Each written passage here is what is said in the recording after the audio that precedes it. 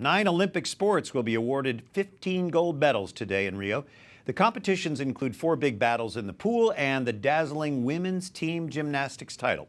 Gold medalist swimmers Michael Phelps and Katie Ledecky of the United States reach for more gold. Phelps in the 200-meter butterfly, Ledecky in the 200-meter freestyle. On the mats, balance beams, and vaults, the U.S. women's gymnastics team hopes to turn its star power into gold. Marlene Morris Towns is a professor of marketing at Georgetown University. It's great to have you with us on News Nightly.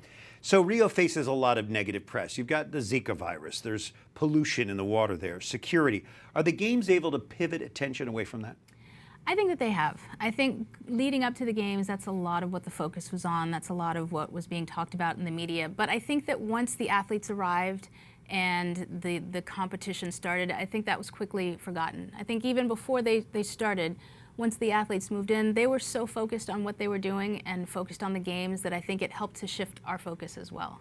Let's talk about sponsorship deals. That's big in the Olympics. What do they look like in 2016 compared with previous years?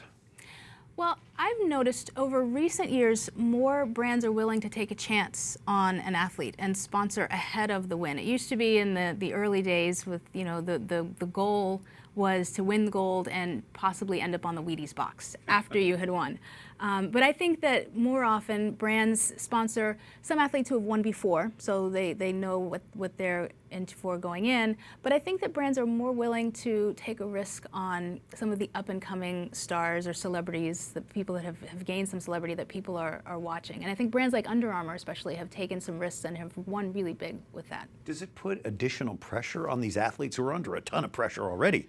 I would imagine it has to at some point, perhaps early on. But I think really the athletes, especially because they're not professional athletes that are doing it for the pay, and a lot of them are really, you know, making a lot of sacrifices to be there. I think that they're so focused on what they've trained for all these years and what they're there to do.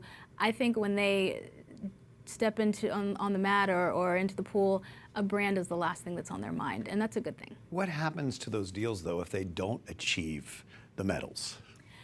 Well, some of the deals may be shorter-lived. I think that some, though, you know, have been able to carry those deals forward. So you have some athletes like Michael Phelps and Gabby Douglas going in who have medaled before, and they are already known commodities. People are already rooting for them, even if they don't win this time. So we saw, you know, Gabby Douglas on the floor competition wasn't one of the ones that advanced.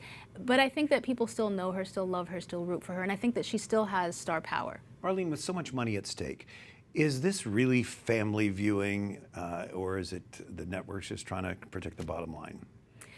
Well, networks are definitely about the bottom line, but I think that it is great family viewing. I think that, you know, as much as people have complained about the number of ads, and there are actually fewer ads than in the previous Olympics, I think that it's still really about the sport. It's about national pride. It's about cheering on these athletes that we know of and are really rooting for to do well. And I think it is really still great family television.